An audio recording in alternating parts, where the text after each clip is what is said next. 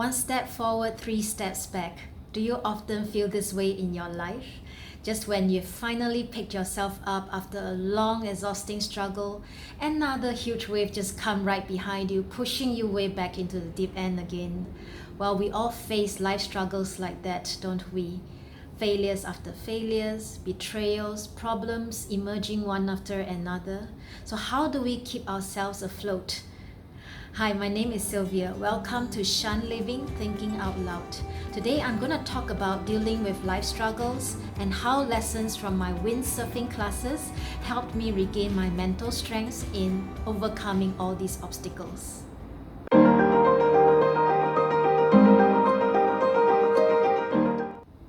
I took up windsurfing in Hong Kong many years back when I was going through a rough patch in my life, both at work and in my personal aspects. I just wanted to do something to get my troubled mind out of the trap. So I decided to go and learn windsurfing, which is something I am quite fearful of. So the first lessons were to learn how to paddle yourself out into the open sea, bringing your surfboard and your sail. So as I laid face down on my surfboard and started waddling my hands in the water, I realized how heavy my gears were, mainly because I was dragging the huge, enormous sail that was attached to the surfboard. So each time as I was struggling forward, the waves kept knocking me back again and again until I was overwhelmed with exhaustion. I almost burst out in tears because it was such a big resemblance to the life struggles I was facing at that time. My surf instructor finally came over and taught me how to ride with the waves instead of crashing head on with them. So I started to observe the motions of the incoming waves. As soon as the next wave came close enough, I let it push my sailboard upwards and let gravity bring my surfboard down, gliding through the waves as the wave break in the opposite direction. I was so thrilled when I finally overcome this. So lesson number one, instead of struggling head on with your problems, wearing yourself out, calm down and observe it first. Find the leveraging point where you can transform it into an opportunity, just like how we have turned the motions of the incoming waves into an engine that can power my surfboard ahead. Now that I have successfully paddled into the open sea, I was faced with the next challenge. I have to get up from my lying position on the unstable surfing board and pull up the enormous sail that I was struggling with a lot of strength. And the thing about windsurfing is that you need to surf on a windy day. So imagine all the strong wind blowing around. It's certainly not making my task any easier. So I can't remember how many times I've fallen flat into the ice cold seawater again and again, but I just refused to give up until I finally succeeded. So lesson number two, understand and accept that everything in life comes in a pair, just like the wind. It was my engine that pushes my sail forward, but at the same time, my enemy that pushes me off into the water. So in life, all bad situations have something good in them and vice versa. By acknowledging this nature, we fight less with adversities. So the next task is to start surfing. So the immediate thing we need to do is to detect the direction where the wind is blowing and decide where we want to head towards. The interesting thing about windsurfing is that to get from point A to point B, you can't go in a straight line. You have to go in a zigzag direction. The reason is because if you hold your sail this way, the wind is going to simply blow through and your sail is not going to move. And if you place your sail this way, the wind is just going to blow directly onto your sail and you're going to just fall flat into the water. So we have to always hold our sail at a 45 degrees angle to allow the wind to blow and so that the sail will move forward this way, and then we flip over again to allow the wind to push the sail forward in the other direction. So you're just going right, left in order to reach the destination. You know, when I learned about this, I was crying in my heart because it's like my life story. Why can't things just be simple and straightforward, but I have to detour here and there in order to get to the destination? So lesson number 3, life is not a destination but a process. It's not about how fast you're going to finish your life, but how well you're going to navigate through and make the best out of every experience that you have, whether it's good or bad.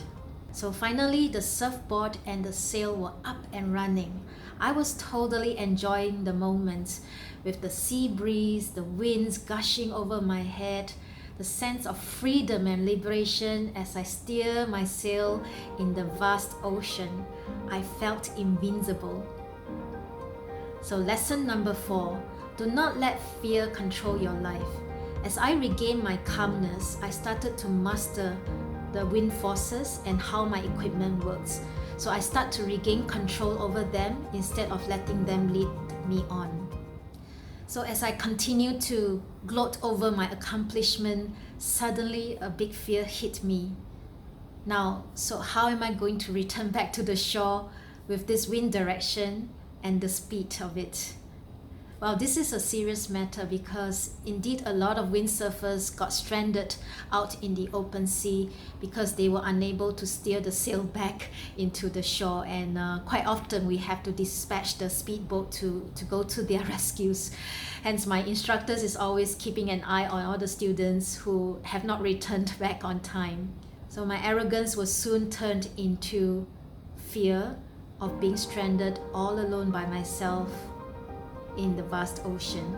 So lesson number 5, do not get carried away by a moment of success or thrills.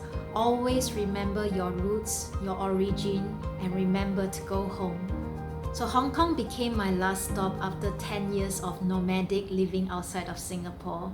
I finally came back home and finally found my one and only true love, which is my beloved family, the ones who have stood by me while I selfishly set sail seeking my very own adventures. It is the realization of this unconditional love that pulls me out from my rough patches. So if you're going through a rough patch in your life right now, I hope that these 5 lessons are going to give you some inspirations to navigate through the rough waters. Just one last lesson, number 6. If you are not moving towards the direction that you have persistently expected or wanted, just move in any direction. At least just keep moving. You know, the thing about windsurfing is as soon as you stand still, any gush of winds start blowing onto your sail, it's going to knock you off immediately. So whatever it is, keep calm and move on.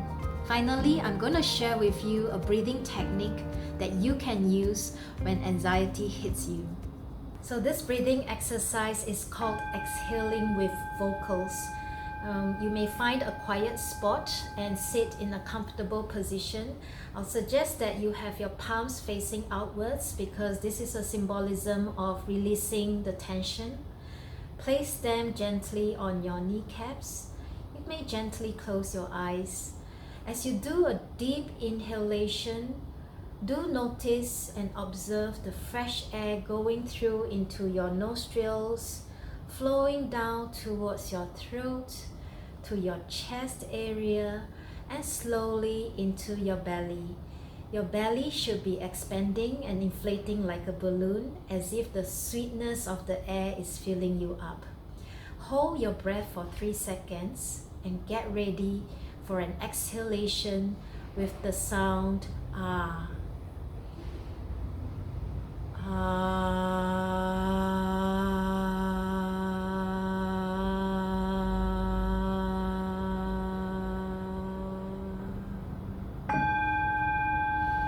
So as you're doing this exhalation, it's really important that you make sure your belly is contracting, as if you're using your core muscles to push out all the staleness, the anxiety and tensions within you into the white light. So it's good to use vocal for exhalation as you are utilizing the vibrational energy to shake off all the tensions that's accumulating in your mind and your body. I hope you like this breathing technique. Do leave me your comments whether this breathing technique works for you. So thank you so much for staying with me throughout this time, sending you lots of love, light and peace in your life. See you next time.